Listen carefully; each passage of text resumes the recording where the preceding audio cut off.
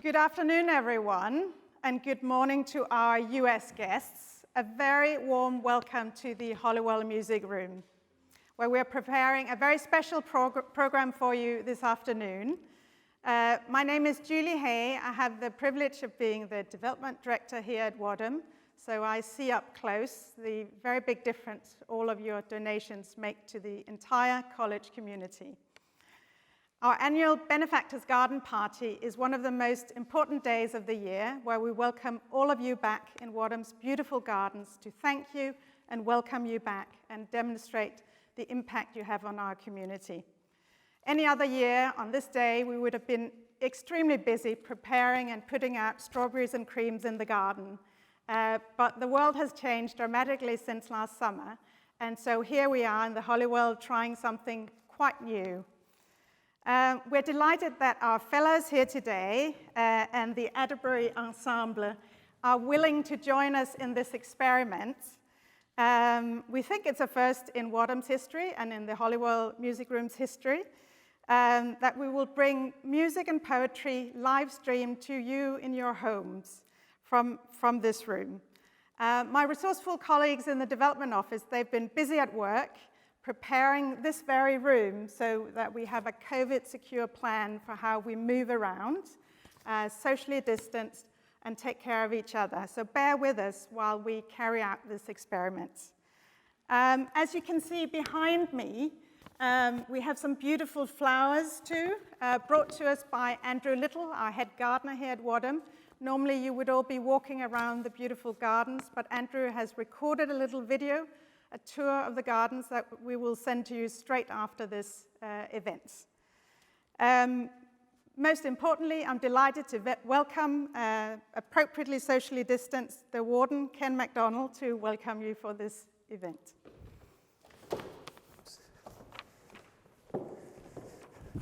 Well, thank you, Julie, and welcome to you all. As Julie says, we'd normally be in the gardens now, but we are instead in this beautiful room that many of you will remember so well. And I think it's very appropriate that we are greeting you here in this one of the most beautiful spaces in the college. And I'm very, very grateful to the musicians behind me who've come to play for you this evening. As Julie has said, the garden party, the Benefactors Garden Party, is our way of thanking you, our friends and supporters, for everything that you do for the college and everything that you've done for the college over the years. A lot of what we have achieved in the areas of access, in developing the college's mission generally, simply couldn't be done without your support. And not just your financial support, but your encouragement, your counsel, and your friendship. And we're tremendously grateful to all of you, and only sorry that this year at least we can't welcome you in person, although I hope we will be able to next year, and we're confident that we will. The last few weeks and months have obviously been an unusual time in the college, not least because we haven't had any students here, or very few. We have about 60 who have remained living in the college because they're either overseas students who couldn't get home, or they're UK students who didn't have safe homes to go to, so they've remained here. They've been able to enjoy the gardens and the buildings, but all of our teaching has been online this term. Exams were conducted online, tutorials conducted online, lectures online, and it's remarkable, I think, the fellows here may disagree, but it seems to be remarkable how quickly people have adapted, and people did adapt to that. And I must pay tribute to the fortitude with which our students faced up to this new world that was thrust upon them so dramatically and so suddenly, and also pay tribute to our fellows and our lecturers for the fortitude that they also showed and the imagination that they showed in the face of this health emergency. The essence of our college has survived through this pandemic.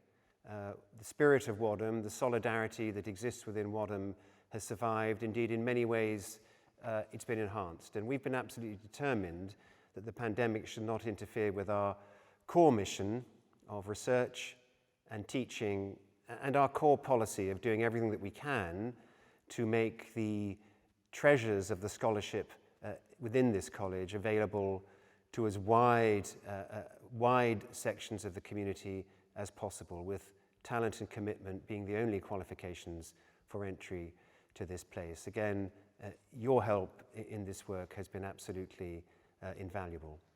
We are expecting to welcome a full complement of students back in Michaelmas term. Some teaching will be online, lectures will be online, but we're hoping to conduct face-to-face tutorial teaching, and with appropriate social distancing within the college and other measures in force, we're confident that next term will be as near a normal experience for our students, in particular our new students, as it can possibly be. I think with that, I'll make way for Eric Clarke, Professor Clarke, who is Heather Professor of Music in the University of Oxford and a Professorial Fellow here at Wadham, to introduce this evening's programme. We're going to have a period at the end of the evening for questions and answers. So if you use the chat function on Zoom and post any questions you have on the chat function, I'll select as many as I can at the end of the evening. One thing I should say before I finish is that just behind me, in the what you probably remember as the bar quad or the back quad, or it may be a quad that didn't exist while some of you were here, we have springing up our brand new buildings, the William Dew Undergraduate Centre and the Li Shaoqi Centre. These are wonderful, beautiful new buildings that are nearing completion. We expect them to be opening in October of this year, and I hope that in the coming years, as many of you as possible will return to the college to see this new, wonderful, graceful, elegant part of the college estate situated in the heart of our ancient site, and I'm sure buildings that will enhance the beauty of the college for many, many years to come. So with that, Eric, can I hand over to you?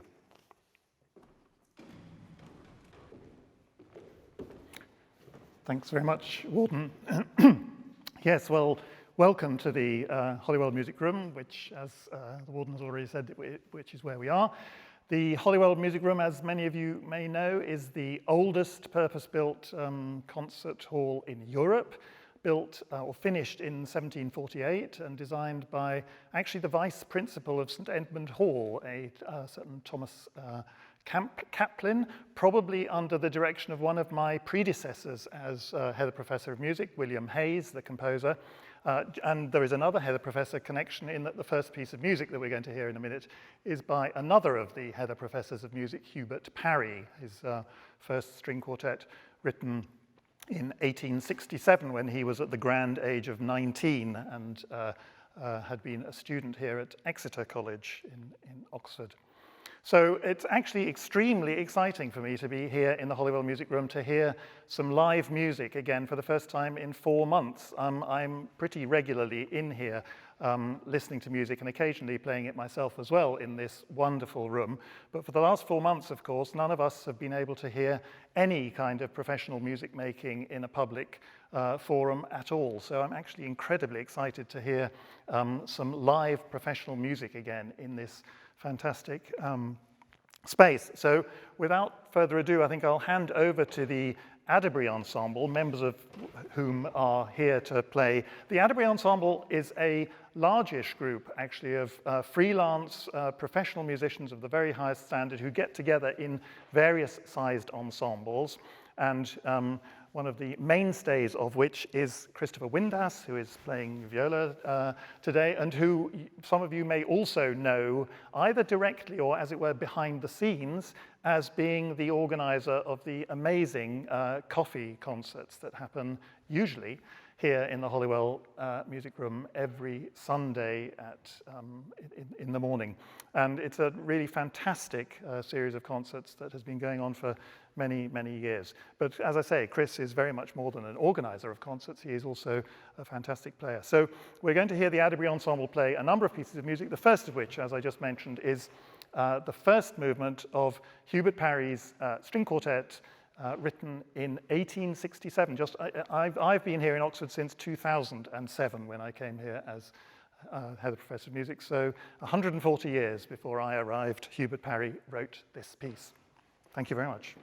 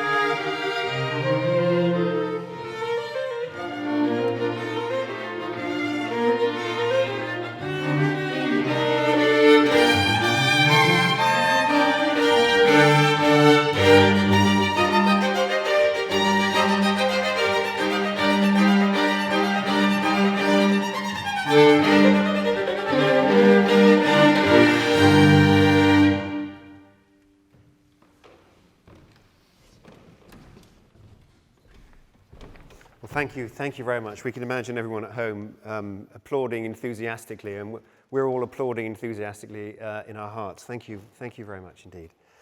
It now gives me enormous pleasure to introduce Jane Griffiths. Dr. Griffiths has been tutorial fellow in English at Wadham since 2012. In fact, she arrived the same time that I did, so we've both been here now 8 years, and it's been a great pleasure getting to know Jane over those years. When she was an undergraduate at the University of Oxford, Jane wrote a poem called The House, which won the Newdigate Prize, and since then she's published 6 volumes of poetry. One, Another Country, was nominated for the Forward Poetry Prize, and her latest volume, Silence in Finisterre, which was published in 2017, was described in the Times Literary Supplement as an outstanding achievement, complex, subtle, and penetrating. Jane's going to read 3 poems this evening, and the third poem that she reads will be, I'm delighted to say, one of her own. But in the meantime, can I introduce Jane Griffiths? Thank you very much, Ken. The first poem I'm going to read this evening is a poem by Cecil Day-Lewis, who, of course, is an alumnus of Wadham. He was born in Ireland in 1904, and he came to Wadham to read classics in 1923. While he was here, he came very much under the influence of W.H. Auden, whose ideas about poetry as an instrument of social critique and social reform very much resonated with Day-Lewis, who himself had very strong left-wing views. In fact, he became a member of the Communist Party in 1935. Later in his career, he became rather more of a lyrical poet and less of a polemical poet, and became also an establishment figure. He became Poet Laureate, of course, in 1968, and the same year he became an honorary fellow of Wadham. The poem I'm going to read now, though, goes back to earlier in his career. It's a section from his sequence, The Magnetic Mountain, which was published in 1933. And it's simply numbered, it's poem 32. You that love England, who have an ear for her music, the slow movement of clouds in benediction, clear arias of light thrilling over her uplands, over the chords of summer sustained peacefully, ceaseless the leaves counterpoint in a west wind, lively, blossom and river rippling loveliest allegro, and the storms of wood, strings, brass at year's finale. Listen, can you not hear the entrance of a new theme? You who go out alone, on tandem or on pillion, down arterial roads riding in April, or sad beside lakes where hill slopes are reflected, making fires of leaves, your high hopes fallen. Cyclists and hikers in company, day excursionists, refugees from cursed towns and devastated areas. No, you seek a new world, a saviour to establish long-lost kinship and restore the blood's fulfilment.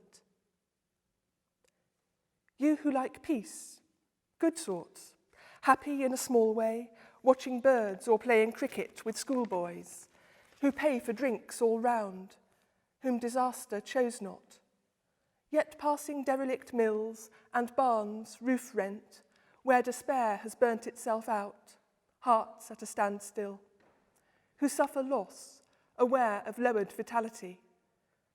We can tell you a secret, offer a tonic, only submit to the visiting angel, the strange new healer.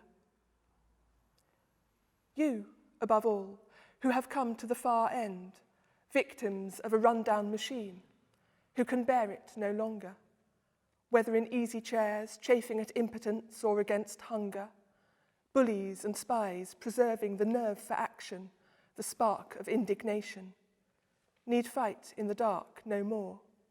You know your enemies. You shall be leaders when 0 hour is signalled, wielders of power and welders of a new world.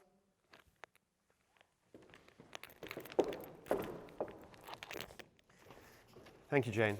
3 or 4 years ago, we renamed one of our seminar rooms after C. Day-Lewis, the C. Day-Lewis room, and we have 2 wonderful portraits of him there. So please do come and visit that room as well if you come back to Wadham in the near future. Now, it gives me equal pleasure to introduce Philip Bullock.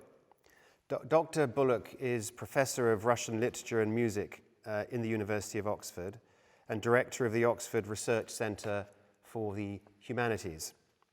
He's also a tutorial fellow in Russian at Wadham College and has been here rather longer than me or Jane. Indeed, he looks too young to have been here quite as long as he has been, but I think, like me, Philip is looking forward to the full reopening of barbers' shops in the not-too-distant future, as you'll see in a moment.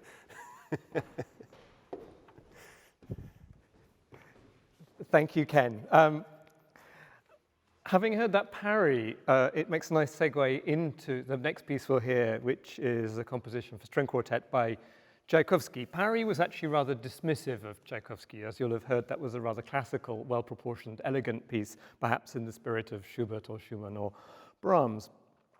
Parry thought that Tchaikovsky was rather a hot-headed romantic, much too exotic, much too ill-disciplined. And in 1893, Oxford missed a trick by failing to invite Tchaikovsky to take an honorary doctorate. Cambridge instead had that honor, and so Tchaikovsky headed over to the Fenlands for his last trip abroad before he died. 1893 was also the year in which Parry published a book called Summary of the History and Development of Medieval and Modern European Music. We don't, I'm afraid, write books with titles like that anymore. But here's a quotation.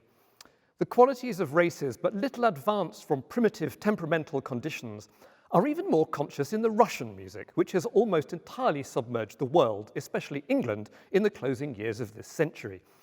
This music has naturally appealed to the awakening intelligence of the masses by its vehement emotional spontaneity, orgiastic frenzy, dazzling effects of color, barbaric rhythm, and unrestrained abandonment to physical incitement, so natural to the less developed races.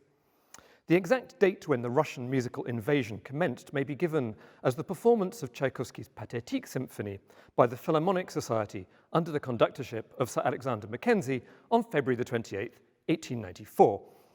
The public recognized the singular intensity of this emotional expression, ranging from the exaltation of rapture to the depths of almost comatose collapse. Parry was, I think, rather cross that English composers didn't get a look in, and who could when offered orgiastic excess like this. Parry clearly didn't know Tchaikovsky's chamber music, the much more intimate world of the string quartets, and Tchaikovsky wrote 3 of these between 1871 and 1876. The first, in D major, is the most famous. It was, though, performed to make money. Tchaikovsky was an impecunious young composer and needed to put on a concert and take the proceedings, and he dragooned 4 of his young friends at the Moscow Conservatory to play for free for him so he could take the proceedings home and look after himself. The work was an enormous success with contemporary audiences and with performers, and there were quickly versions made for violin and piano, cello and piano, and a version of the movement we'll hear this evening for string orchestra. It's based on a Russian folk song, and you might think it's all to do with the lyrical countryside and all of the winsome effects of a life in the country. No, it's not. The words are, Vanya, Ivan, sat on the couch and poured himself a tot of rum. So I suggest you might like to do something similar or put on the samovar while we listen to this movement. And in December 1876, its most famous listener was Leo Tolstoy, the novelist, with whom Tchaikovsky was in close contact at this period. And Tchaikovsky wrote in his diary, "Perhaps I was never so flattered in my life, nor was my pride as a composer so stirred, as when Leo Tolstoy, sitting beside me, listened to the andante of my first quartet and dissolved into tears." The experience of listening to live music for the first time since March makes me almost want to dissolve in tears now, and I'm looking forward to it. So thank you.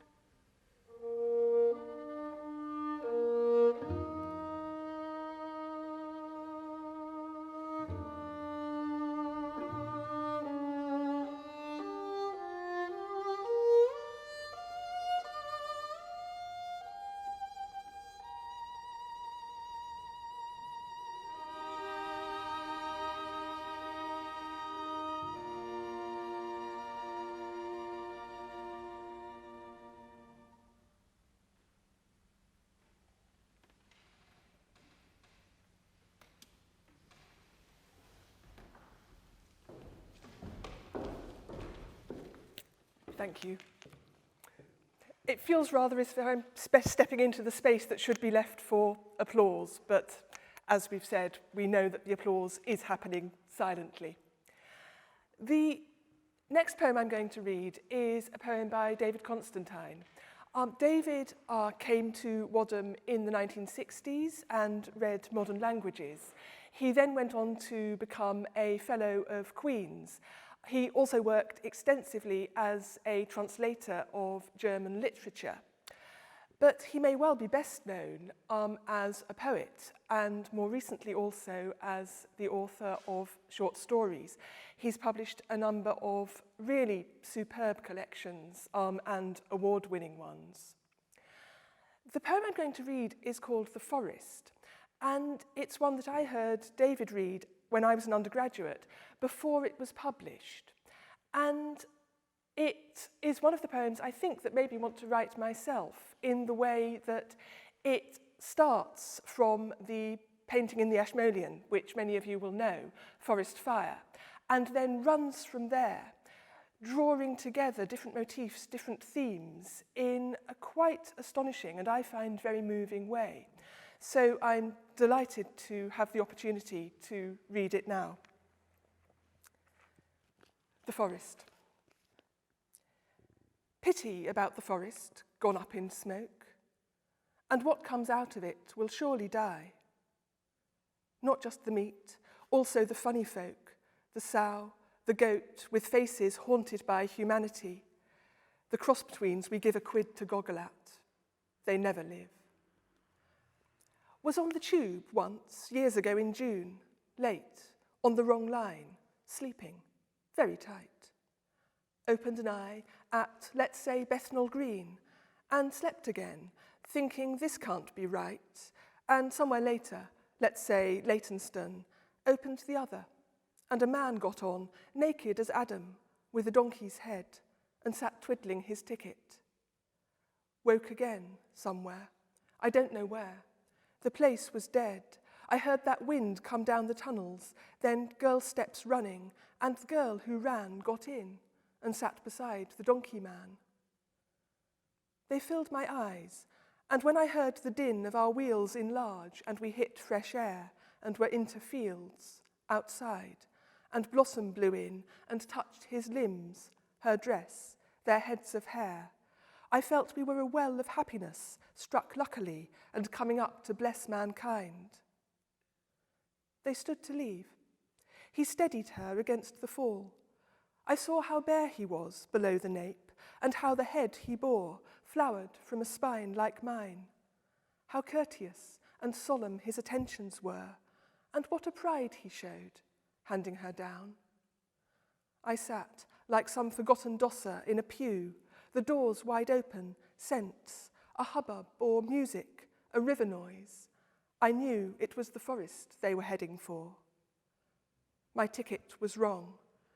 I let the damned train start back for the city, back to its knotted heart.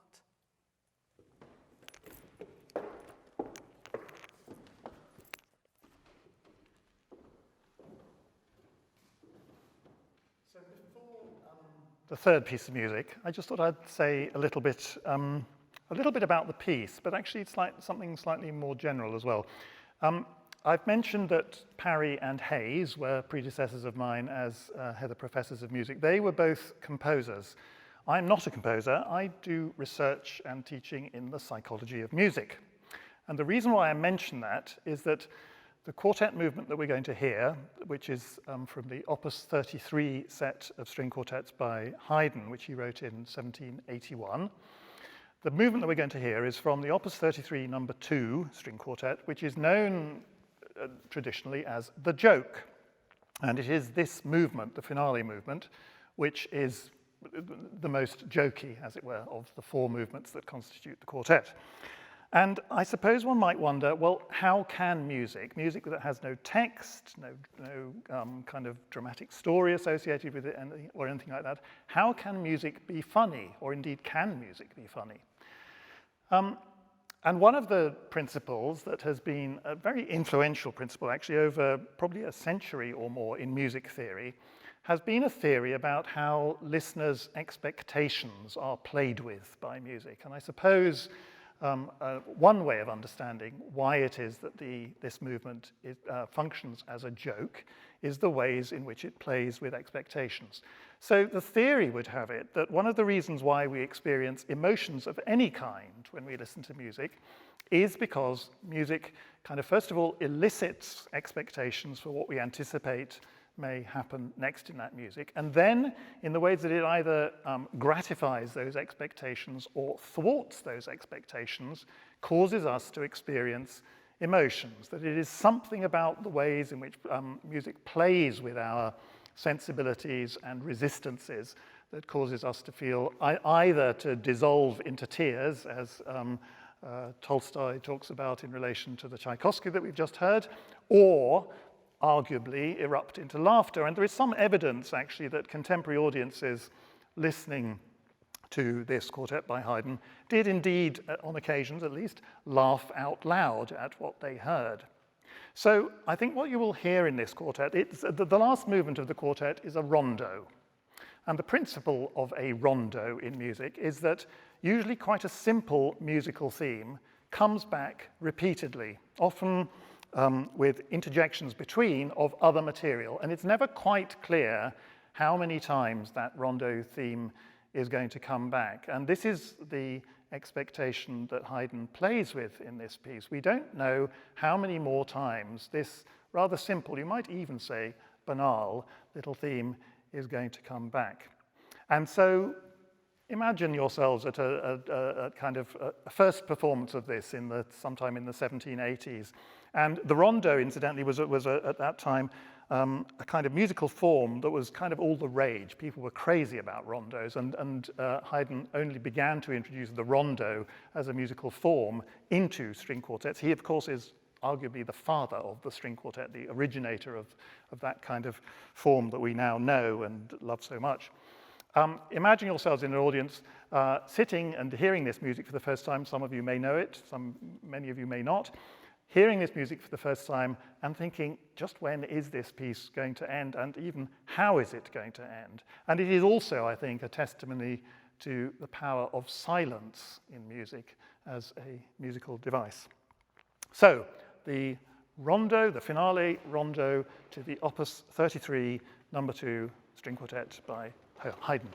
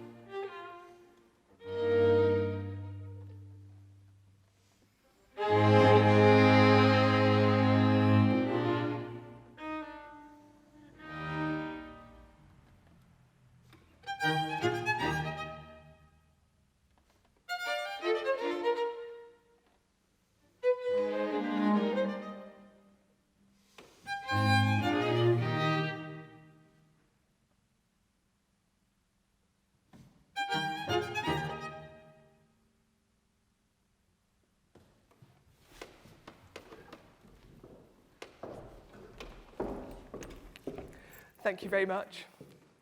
It's extremely nerve-wracking following on from this piece with a joke ending. So the last poem I'll read is a poem of my own. It's a recent poem, the only poem, in fact, that I've written during the period of lockdown. And it's a poem about lockdown called Isolation. I spent lockdown by accident in Cornwall, in a house where sometimes there's a wonderful view of the sea, and other times there is simply dense fog that comes up to the garden gate. And so those were the images I was thinking through while also thinking about the business of being isolated. Isolation. As it might be, a sea mist. A lighthouse, with nothing to say, but in saying it, finding its beam is broadly contemporary. As it might be, a chance perspective. Small boats, imperially holding 6 feet off from shore, or, empirically, a distance of 2 meters. The same sea mist, meaning differently from before. The houses' whiteouts within the whiteout, all together now, but separate.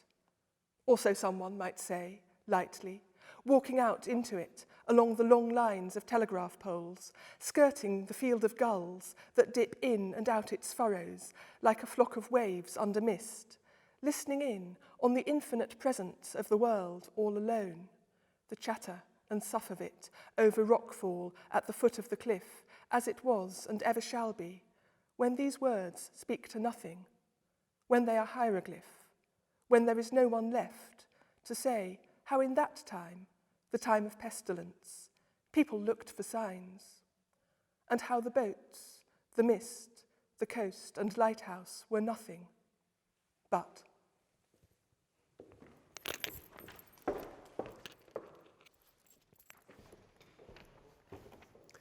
Well, thank you again, Jane. I'm now delighted to introduce our final piece of music, our fourth and final piece of music, which is the Bridge Third Idyll.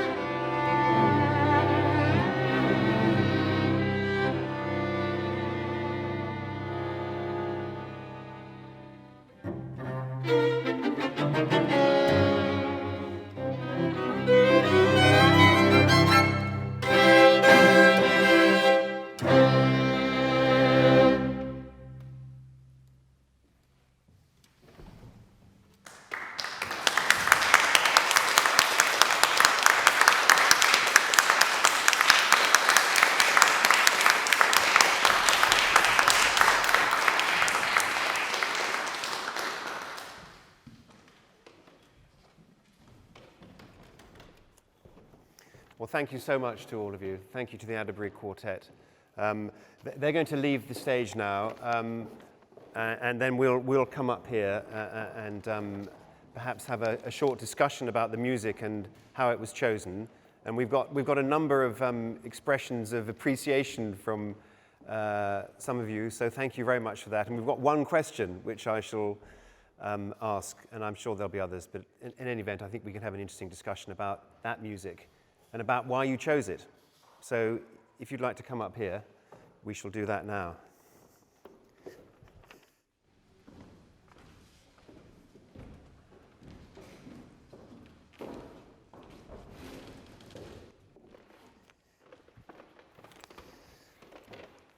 So one question we do have, Eric, you may be able to answer this, or maybe Philip. Is this the first Zoomed event that the Adderbury Ensemble have done, and are they planning any others? Do we know the answer to that?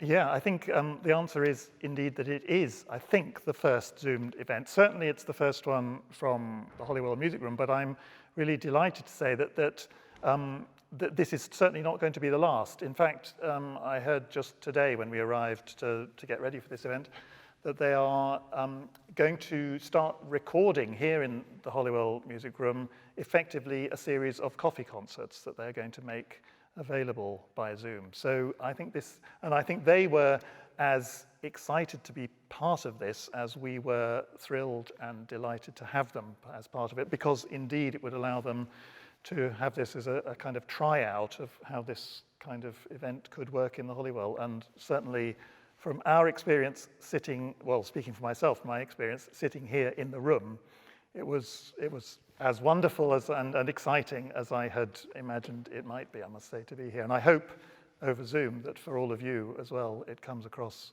vividly and excitingly as well. Well, we've had some wonderful feedback from people on the chat function, and you all seem to have enjoyed it very much, so we're glad about that. But also, some people saying that the sound quality was very good. Lovely to hear some live music. Very happy memories of Wadham. How are our beloved gardens looking? Well, I think they're looking fantastic, actually. It's been one of those years in England, I think partly because we had a warmish spring, maybe to do with rainfall, I don't know. The flowers have been particularly bright and beautiful this year. Those of you who are in England will know that, but those of you who are joining us from abroad may not. That I think the gardens have been looking particularly spectacular this year, and it's just a bit of a shame that at their finest, most of our students weren't here to enjoy them, but some were here, and some of us were here. But Andrew, as usual, and Michael have done a really fantastic job. Can I just ask about the selection of the music, Philip? I mean, how did you alight on these pieces? Well, just as we've been having music by Zoom, we had programming by email correspondence, and Peter, who's here as well, was instrumental in guiding those conversations, and partly dictated by what the ensemble themselves felt they had in their repertoire. From my point of view, I wanted the Tchaikovsky in. He's my composer. It's a beautiful piece. Absolutely ravishing. Wasn't it lovely?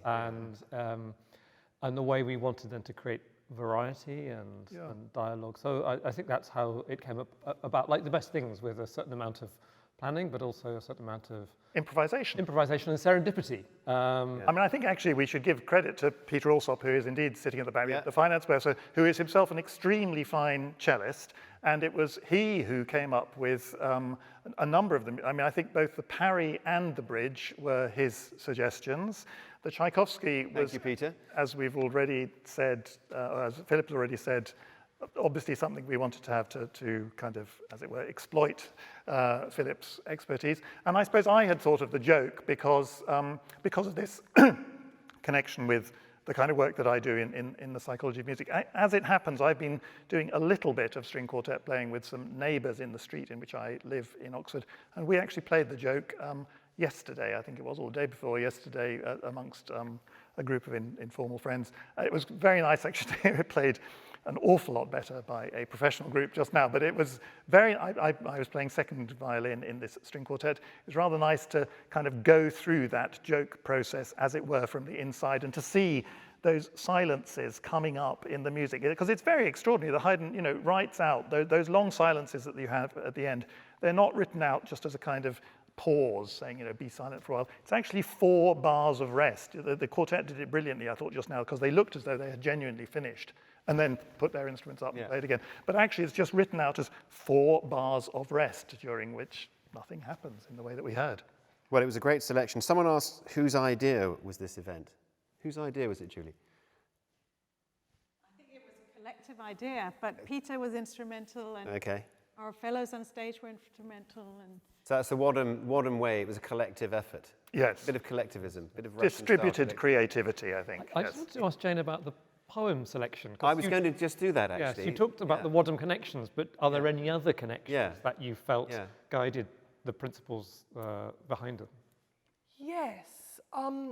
I suppose I first of all picked Day-Lewis as a well-known alumnus of Wadham who is also well-known as a poet.